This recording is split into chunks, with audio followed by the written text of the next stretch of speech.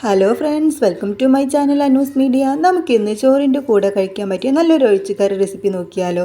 അതിനായി ഞാനിവിടെ ഒരു 3/4 കപ്പ് പരിപ്പ് എടുത്തിട്ടുണ്ട്. അത് ഇതുപോലെ ഒരു കുക്കറിലേക്ക് മാറ്റാം.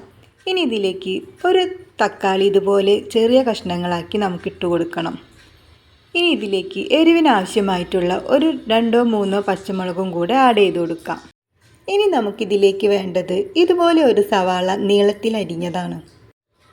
ഇതിലേക്ക് പരിപ്പ് വേവുന്നതിന് ആവശ്യമായിട്ടുള്ള വെള്ളം കൂടെ ഒഴിച്ചു കൊടുക്കാം. 1 കപ്പ് വെള്ളമാണ് ഞാൻ ഒഴിക്കുന്നത്. പരിപ്പ് കഴുകിയതിന് ശേഷം കുറച്ച് സമയം ഞാൻ വെള്ളത്തിലിട്ട് വെച്ചിരുന്നു. ആ വെള്ളമാണ് ഇത്. ഇനി ഇതിലേക്ക് ഒരു 1/4 ടീസ്പൂൺ മഞ്ഞൾപ്പൊടി ആഡ് ചെയ്ത് കൊടുക്കാം. ഇതുപോലെ കുറച്ച് മഞ്ഞൾപ്പൊടി മാത്രം മതി.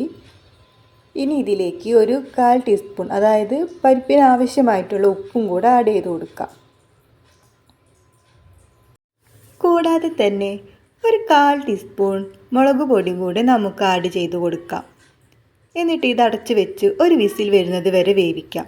ആ സമയം കൊണ്ട് നമുക്കിതുപോലെ കുറച്ച് മുരിങ്ങാക്കായ എടുക്കാം. ഒരു 4 മുരിങ്ങാക്കായാണ് ഞാൻ എടുത്തിട്ടുള്ളത്. അതിതുപോലെ കട്ട് ചെയ്ത് നമുക്കൊരു ചട്ടിയിലേക്ക് ഇട്ട് കൊടുക്കാം.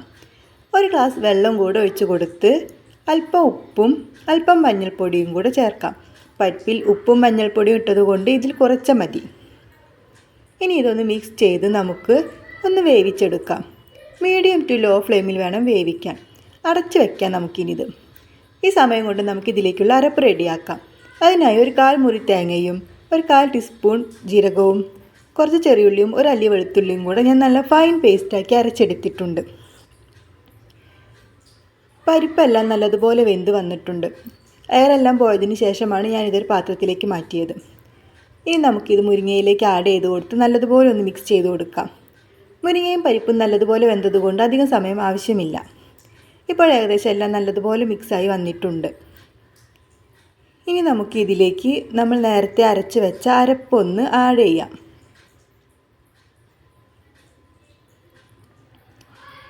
ഇനി ഇതെല്ലാം നല്ലതുപോലെ ഒന്ന് മിക്സാക്കി എടുക്കണം.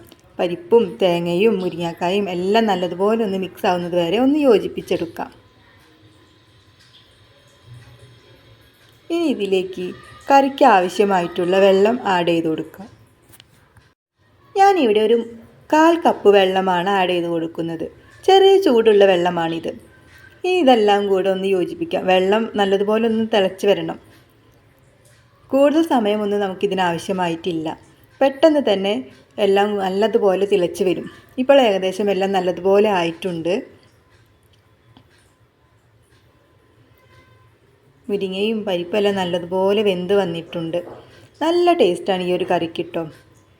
ഇനി ഉപ്പ് നോക്കി നമുക്ക് ആവശ്യമെങ്കിൽ മാത്രം അല്പം കൂടെ ഉപ്പ് ആഡ് ചെയ്ത് കൊടുക്കാം.